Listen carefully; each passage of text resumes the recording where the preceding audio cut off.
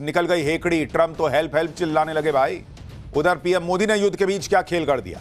Iran ने कर दी Donald Trump की ऐसी बुरी हालत, अब चीन के सामने क्यों हाथ जोड़ने पड़ गए। युद्ध में बुरी तरह फंस गए ट्रंप, पैर पटक रहे। उधर ईरान ऐसी मिसाइलें मार रहा है कि अमेरिका को नचा के छोड़ दिया है।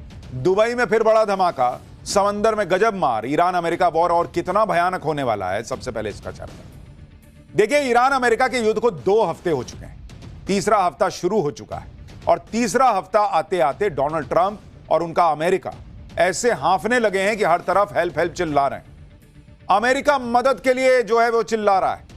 हमने पहले ही कहा था कि युद्ध शुरू करना आसान होता है बॉस, युद्ध से निकलना बहुत मुश्किल होता है, जो भारत ने ऑपरेशन सिंदूर में करके गजब कर दिया था।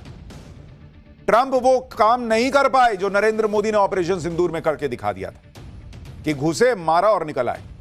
पाकिस्तान को ठोका भी भारत ने और फिर युद्ध से निकल भी आया। आज डोनाल्ड ट्रंप की हालत उस पाकिस्तान की तरह हो गई जो लोन के लिए भीख मांगता है।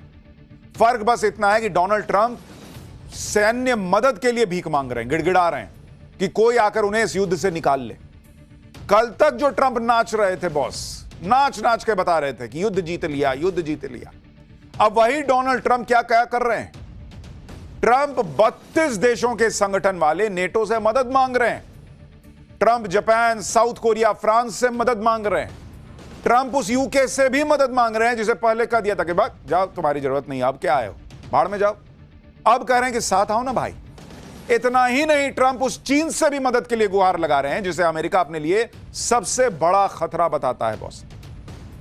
आप सोचिए, डोनाल्ड ट्रंप की एक सनक ने कोई प्लान बी ना होने की वजह से अमेरिका का क्या हाल हो गया। ईरान ने जो पलटकर मारना शुरू किया, घुटने नहीं टेके। आज ट्रंप और अमेरिका की कैसी छीछा लेदर हो रही है बॉस। दुनिया हंस रही है कि नंबर 1 बन के घूमते थे, आज सारी दुनिया से कह रहे हो कि मेरी मदद कर दो। चीन तक से अमेरिका मदद मांगेगा, यह किसने सोचा था, जिस चीन को वो दुश्मन मानते हैं। आज आपको बताऊंगा कैसे ट्रंप चीन के सामने हाथ जोड़ रहे हैं, कैसे दुनिया पर धौंस दिखाने वाले ट्रंप नाक रगड़ रहे हैं। आपको यह भी बताऊंगा कि ईरान से लड़ने के लिए दुनिया भर से मदद मांग रहे ट्रंप को कैसे कैसे जवाब मिल रहे हैं। आपको दिखाऊंगा कि उधर ट्रंप की हालत खराब है, इधर नरेंद्र मोदी ने कैसे अपना गेम सेट किया है।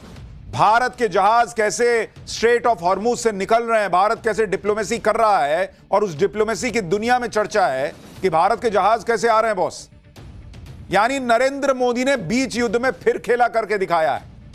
भारत के लिए यह क्या खबर है, आपको यह भी बताऊंगा। युद्ध में जो जो हो रहा है उसका ट्रेलर दिखाऊंगा। दुबई में क्यों बम फट रहे हैं, समुद्र में क्या हो रहा है, ट्रंप कैसे घुटनों पर आ गए हैं और ईरान कौन सी नई मिसाइलें दाग रहा है जिसने अमेरिका को नचाकर छोड़ दिया है, सब दिखाऊं। उससे पहले एक झलक देखिए।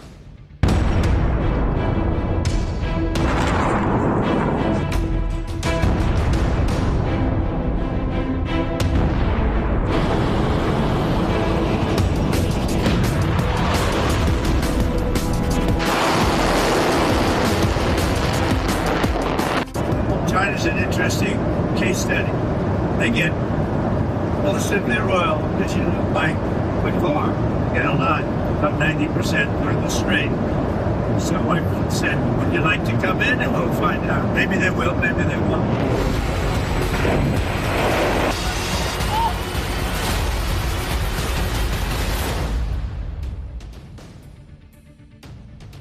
जब डोनाल्ड ट्रंप ने ईरान पर अटैक किया था, तब यह सोचा नहीं था कि ईरान के पास एक ऐसा कार्ड है जिसकी कोई काट ही नहीं, और यह कार्ड है स्ट्रेट ऑफ हॉर्मुज, जिसे बंद करके ईरान ने ट्रंप का पूरा खेल बिगाड़ कर रखा हुआ है।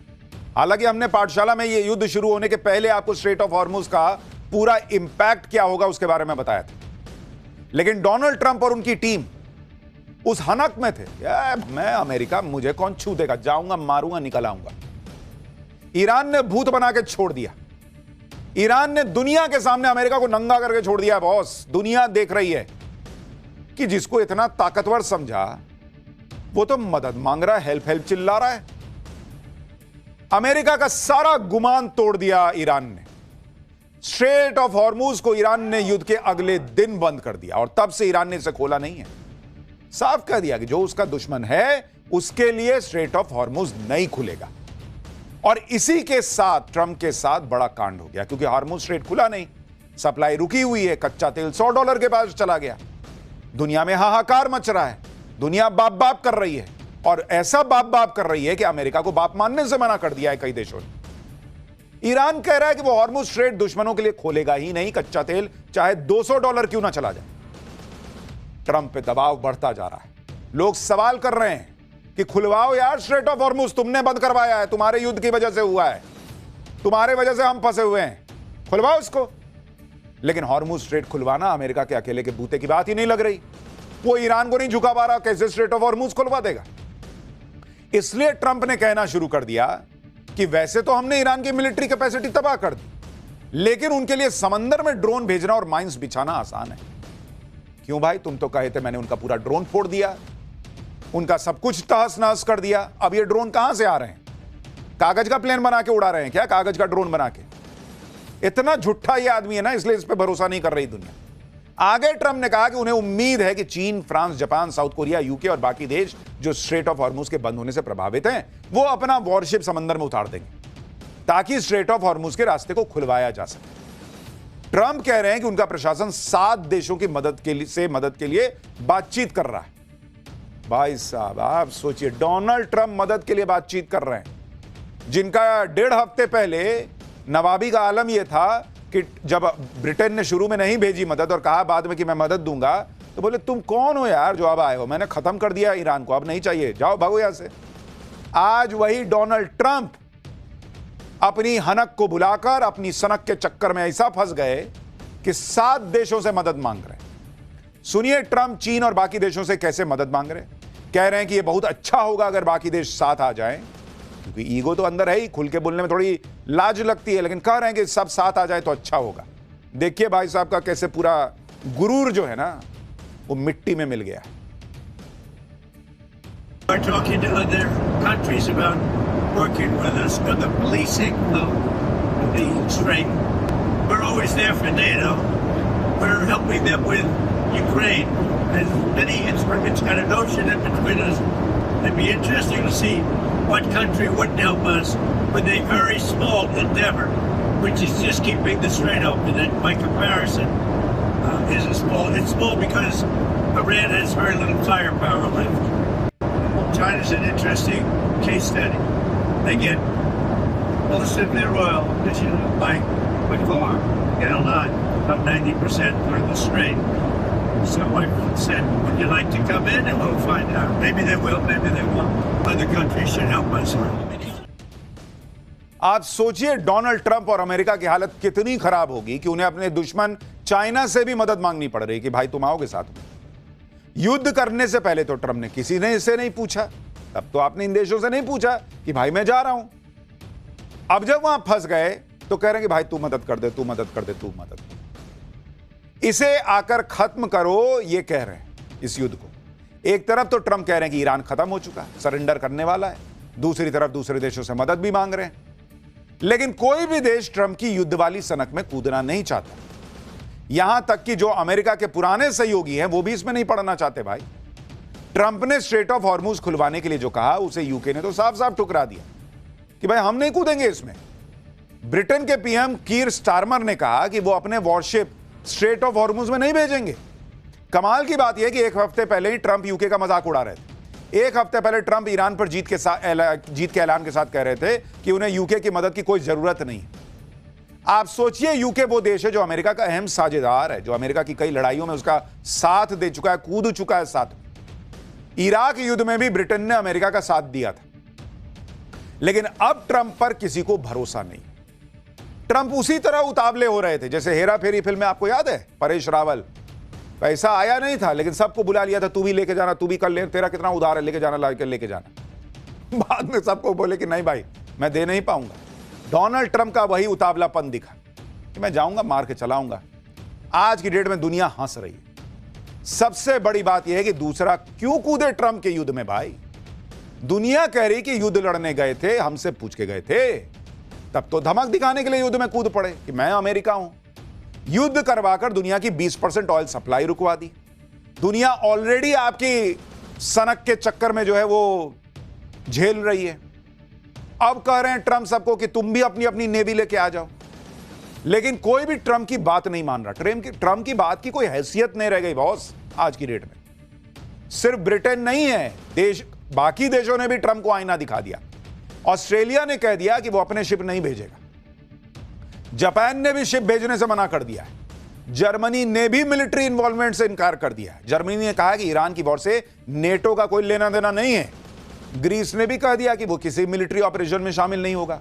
साउथ कोरिया ने कहा कि ट्रंप की रिक्वेस्ट को रिव्यू करेंगे। यूरोपियन यूनियन की तरफ से कहा गया है कि इस पर विचार कर रहे हैं। मतलब कोई भी डोनाल्ड ट्रंप का साथ देने को तैयार नहीं है, अमेरिका का साथ देने को आज की डेट में तैयार नहीं। और करो भिखारी पाकिस्तान से दोस्ती और चटवाओ अपने तलवे मुनीर से। जैसे उसको कोई इज्जत नहीं देता, वही हालत आज की डेट में डोनाल्ड ट्रंप की हो गई। कोई इज्जत देने को तैयार नहीं है।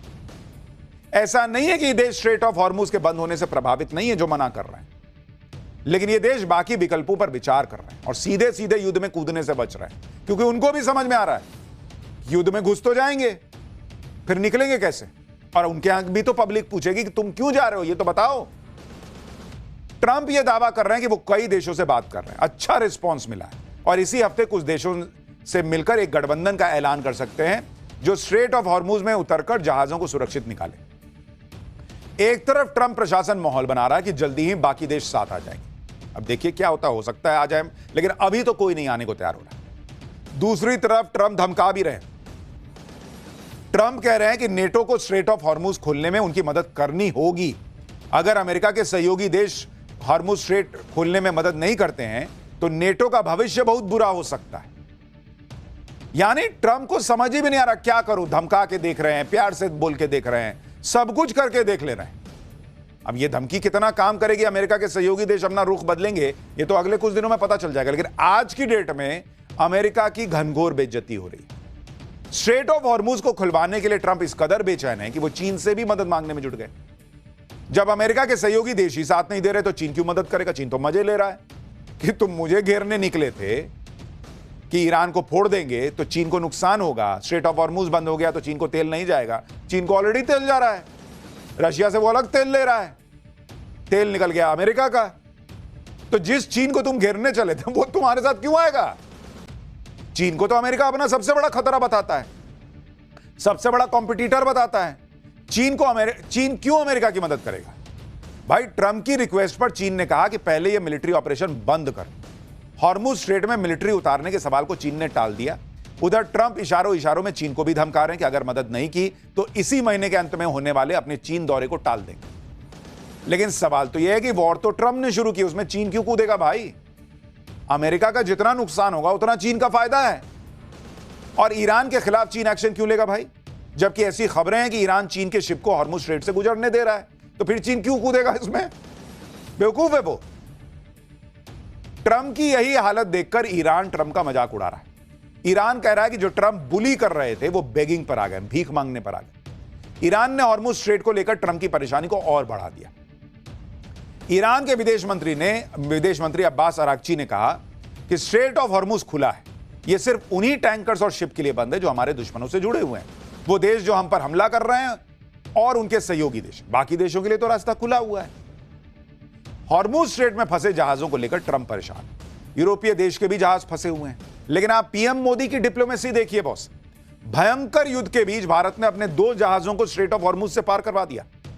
दोनों जहाज एलपीजी लेकर आ रहे हैं। इसमें शिवालिक नाम का एक जहाज गुजरात के मुद्रा पोर्ट पर आ भी चुका है। एक नंदा देवी जहाज भी है जिसके कल सुबह तक आने की उम्मीद है। दोनों एलपीजी जहाज हैं जो भारत आ रहे हैं। तो जो लोग ये सवाल खड़े कर रहे थे कि भारत किधर है, नहीं है, ईरान के लिए नहीं बोला, उसको बोला, इसको बोला, आज की डेट में ईरान के स्ट्रेट ऑफ हॉर्मुज से होते हुए 2 जहाज आ गए एलपीजी लेकर। तो पर्दे के पीछे बहुत खेल होता है बॉस।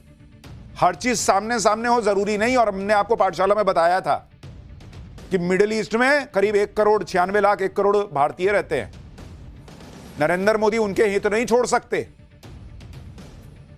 उधर इजराइल है जिससे भारत की दोस्ती है, उसको भी नहीं छोड़ सकते। इधर ईरान है जिसके साथ क्या गलत हुआ नहीं हुआ उसको देखते हुए उससे भी बातचीत चल रही है। और उसका नतीजा है कि भाई हमारे जहाज आ रहे हैं। जब दुनिया के बड़े बड़े देशों के जहाज स्ट्रेट ऑफ हॉर्मुज में फंसे हैं, भारत अपने लोगों को, अपने जहाजों को, सबको सुरक्षित वापस ला रहा है।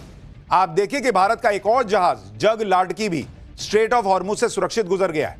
यह जहाज 80,000 टन से ज्यादा क्रूड ऑयल लेकर यूएई से आ रहा है। हालांकि अभी भी स्ट्रेट ऑफ हॉर्मुज में भारत के 22 जहाज फंसे हुए हैं और उनको सुरक्षित निकालने के लिए तमाम प्रयास चल रहे हैं। इसके अलावा भारत 28 फरवरी से अभी तक युद्ध वाले जोन में 2,20,000 लोगों को भी सुरक्षित निकाल चुका है। अभी कुछ दिन पहले की बात है जब ईरान को लेकर विपक्ष माहौल बना रहा था कि भारत ने तो ईरान से संबंध बिगाड़ लिए, भारत के जहाज ईरान रोक रहा है और चीन के जहाज जाने दे रहा है। लेकिन नरेंद्र मोदी की डिप्लोमेसी की नाकामी जिसे बताया जा रहा था, वो पर्दे के पीछे ऐसी पलटी कि अब ये तस्वीर आ गई। आप देखिए कैसे धीरे धीरे चीजें भारत के पक्ष में आ रही, और ये सब अपने आप नहीं हो रहा। पीएम मोदी ने डिप्लोमेसी का जो मोर्चा संभाला उसका रिजल्ट है बॉस ये। आप देखिए 12 मार्च को पीएम मोदी ने ईरान के राष्ट्रपति से बात की थी। उसके 24 घंटे के अंदर विदेश मंत्री ने भी ईरान के विदेश मंत्री से बात की। युद्ध शुरू होने से लेकर अभी तक विदेश मंत्री एस जयशंकर ईरान के विदेश मंत्री से 4 बार बात कर चुके हैं। दावा है कि हर एक शिप की सुरक्षित वापसी के लिए भारत ईरान से लगातार बातचीत कर रहा है। भारत के विदेश मंत्री कह रहे हैं कि हमारी बातचीत के अच्छे नतीजे मिल रहे हैं, हम इस बातचीत को जारी रखेंगे। उधर ईरान के विदेश मंत्री ने भी कहा है कि भारत से किसी डील के तहत यह सब नहीं हो रहा, बल्कि भारत और ईरान के पुराने संबंधों के आधार पर यह सब हो रहा है। तो आप नरेंद्र मोदी से नफरत कर सकते हैं, किसी को नहीं पसंद आ सकते हैं, विपक्ष की पॉलिटिक्स हो सकती है, लेकिन यह मोदी की बात नहीं है बॉस। ये एलपीजी नरेंद्र मोदी के घर में नहीं जाएगा जो आ रहा है, यह क्रूड ऑयल जो आ रहा है यह मोदी के घर में नहीं जाएगा। यह आपके हमारे काम आने वाला है और इसलिए यह भारत की जीत है कि अगर वहां से हमारे जहाज आ रहे हैं। लेकिन ये जहाज आ रहे हैं, वो कितनी राहत देंगे वो अभी आगे बताऊंगा। एक तरफ तो डिप्लोमेसी से भारत वो अचीव कर रहा है जो दूसरे देश अचीव नहीं कर पा रहे, दूसरी तरफ डोनाल्ड ट्रंप है जिनके मुंह से डिप्लोमेसी की बातें नहीं बल्कि सब कुछ तहस नहस कर देने की बातें अब भी निकल रही। जिस वक्त लग रहा था कि ट्रंप ईरान युद्ध को अब खत्म करना चाहते हैं, उसी वक्त ट्रंप ने ईरान के खार्ग आइलैंड पर अटैक कर दिया, सबसे बड़ा अटैक, और युद्ध को और भड़का दिया। खार्ग आइलैंड पर अमेरिका ने उसी दिन बड़ा अटैक किया जिस दिन ट्रंप ने गाली बकते हुए ईरान को कहा था कि आज देखना इनका क्या करता हूं। इसी दिन अमेरिका ने खार्ग आइलैंड को पहली बार अटैक किया, जिसकी तस्वीरें आपको दिखा रहा हूं। जबकि इससे पहले अमेरिका ने 2 हफ्ते के युद्ध में खार्ग आइलैंड को छुआ भी नहीं था। यानी जब ट्रंप को कुछ समझ में नहीं आया क्या करूं, तो वो खार्ग आइलैंड में घुस गए। ट्रंप ने खार्ग आइलैंड को इसलिए नहीं छुआ था क्योंकि ईरान का 90% तेल खार्ग आइलैंड से निर्यात होता है। यहीं पर ईरान की स्टोरेज फैसिलिटी और टैंकर लोडिंग टर्मिनल और पाइपलाइन भी यहीं पर मौजूद है। कुल मिलाकर यह खार्ग आइलैंड ईरान की लाइफलाइन है। लेकिन ट्रंप ने इसे पहले इसलिए नहीं छुआ क्योंकि इससे युद्ध और भड़क जाता, दुनिया में तेल का संकट बढ़ जाता। लेकिन अब ट्रंप युद्ध में ऐसा फंसे हैं कि उन्हें आखिर में आकर खार्ग आइलैंड पर अटैक करना पड़ा। यह दिखाना पड़ा कि ईरान वॉर में उनके पास अभी भी पत्ते बचे हुए हैं। लेकिन आप यह भी देखिए कि अमेरिका ने खार्ग आइलैंड में अटैक किया तो वहां के तेल को निशाना नहीं बनाया, बल्कि वहां सैन्य ठिकानों को निशाना बनाया। क्योंकि डोनाल्ड ट्रंप को अब भी अंदर ऐसे चुन्नू सी उम्मीद है कि कल को हम घुसेंगे और ये तेल लूट लेंगे। तो तेल नहीं फोड़ते हैं, बिजनेसमैन आदमी है बॉस। उन्होंने ईरान को मैसेज दिया कि देखो मैं यहां मार सकता हूं। ईरान झुकने वाला है, उसके बावजूद नहीं झुका। अमेरिका ने खार्ग आइलैंड में समंदर में बिछाने वाली बारूदी सुरंगों की फैक्ट्री, मिसाइल स्टोरेज बंकर और दूसरे सैन्य ठिकानों पर बम गिरा दिया, लेकिन ऑयल इंफ्रास्ट्रक्चर को निशाना नहीं बनाया। डोनाल्ड ट्रंप तेल छुएंगे, तेल में का ही तो असली खेल है। ट्रंप की नजरें ईरान के खार्ग आइलैंड पर टिकी हुई और खार्ग आइलैंड पर और हमले की वो धमकी दे रहे हैं। ट्रंप ने कहा कि सिर्फ मजे के लिए अमेरिका खार्ग आइलैंड पर और हमले कर सकता है। सुन रहे हैं आप इस आदमी का? आप लेवल देखिए सोचने का। कह रहा है कि मैं मजे के लिए मार सकता हूं। ऐसी धमकी देकर ट्रंप ईरान पर प्रेशर बढ़ा रहे हैं कि स्ट्रेट ऑफ हॉर्मुज खोलो। इसके अलावा यह भी दावा है कि अमेरिका 2500 सैनिक भी ईरान की धरती पर उतार सकता है। इस फैसले को लेकर यह बातें हो रही हैं कि क्या ट्रंप खार्ग आइलैंड पर कब्जा करने में लगे हुए हैं। जो हमने आपको कहा था कि इस आदमी के दिमाग में घूम फिर के पैसा पैसा पैसा चलता है। वो दुनिया को नाटक करके बताता है कि अमेरिका दुनिया को बचाने के लिए ईरान में घुस रहा है, रिजीम चेंज करना चाहता है, वो परमाणु हथियार रोकना चाहता। अरे कुछ नहीं रोकना चाहते, तुम खाली लूटना जानते हो अमेरिका, तुम खाली तेल लूटना जानते हो, और एक बार तेल के बहाने घुसे तो जो मिलता है लूट के निकलते हो। तो ये तमाशा दुनिया को दिखाना कि हम दुनिया का भला कर रहे हैं। अभी इनके प्रवक्ता से पूछा गया कि भाई दूसरे देश को क्यों घुसना चाहिए आपकी मदद के लिए, आप उनसे तो पूछ के गए नहीं थे। तो वो कह रही है इनकी प्रवक्ता कि भाई हम दुनिया के लिए ना लड़ रहे हैं। अरे बाप रे, दुनिया के लिए लड़ रहे हैं, हमसे पूछ के लड़े हो तुम। खार्ग आइलैंड पर हमला करके ट्रंप ने ईरान को और भड़का दिया। ईरान ने कहा था कि उस पर जिस तरह के हमले होंगे वो वैसा ही पलट के जवाब देगा। अगर उसके ऑयल इंफ्रास्ट्रक्चर को निशाना बनाया जाएगा तो फिर वो भी दूसरों के ऑयल इंफ्रास्ट्रक्चर तबाह करेगा। यानी टिट फॉर टैट चल रहा है ईरान का, तुम मारो हम भी मारेंगे, तुम 4 मारोगे हम 2 तो मार ही देंगे। ईरान ने कहा कि खार्ग आइलैंड पर जो हमला हुआ था वो अमेरिका ने यूएई से किया, इसलिए खार्ग आइलैंड पर अमेरिका के हमले के बाद ईरान ने फिर से यूएई पर अटैक करना शुरू कर दिया। ईरान ने यूएई की फुजेराह पोर्ट पर हमला किया है। फुजेराह एक अहम ऑयल एक्सपोर्ट हब है, ईरान इसे लगातार टारगेट कर रहा है। शनिवार को भी जब ईरान ने इस पोर्ट पर हमला किया था तो भारत का जगलाट की शिप उस पोर्ट पर था और वहां ऑयल टर्मिनल से शिप पर क्रूड ऑयल लोड हो रहा था। राहत की बात यह रही कि इस हमले में किसी को कोई नुकसान नहीं। इसके अलावा कल रात भी ईरान ने दुबई एयरपोर्ट के पास हमला किया, जिसके बाद दुबई एयरपोर्ट के ऑपरेशन को रोक दिया गया था। देखिए कैसे धुआं निकल रहा है, जो तस्वीरें दुबई से आ रही। तो बेचारा यूएई फंस गया है क्योंकि अमेरिका वहां से अटैक करता है और ईरान चूंकि अमेरिका तक क्या ही मारेगा तो वो यूएई पर अटैक करता है कि तुम क्यों अपनी जमीन इस्तेमाल होने दे रहे हो।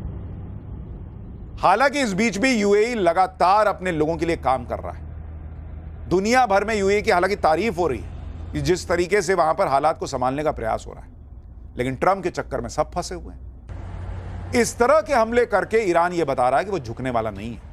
युद्ध को नेक्स्ट लेवल पर ले जाना चाहते हो, वो भी जाने को तैयार है और इसलिए अब वो घातक मिसाइलें निकाल रहा है। ईरान ने युद्ध में पहली बार सेजल 2 मिसाइल का इस्तेमाल किया, जिसे डांसिंग मिसाइल कहा जाता है, नाचने वाली मिसाइल। पहले आप इस मिसाइल की एक झलक देखिए, फिर आपको बताता हूं कि यह कितनी खतरनाक मिसाइल है जो अमेरिका को नचा रही है।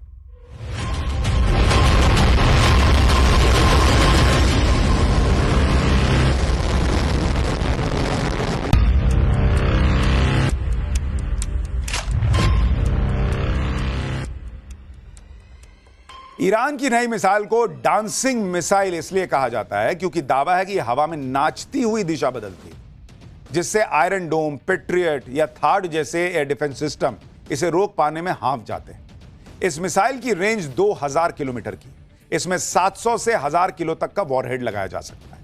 यह मिसाइल मोबाइल लॉन्चर से दागी जा सकती है, जिससे इसे जल्दी और कहीं से भी लॉन्च किया जा सकता है। इधर ईरान अपनी ताकत दिखाता चला जा रहा है। ईरान ताबड़तोड़ हमले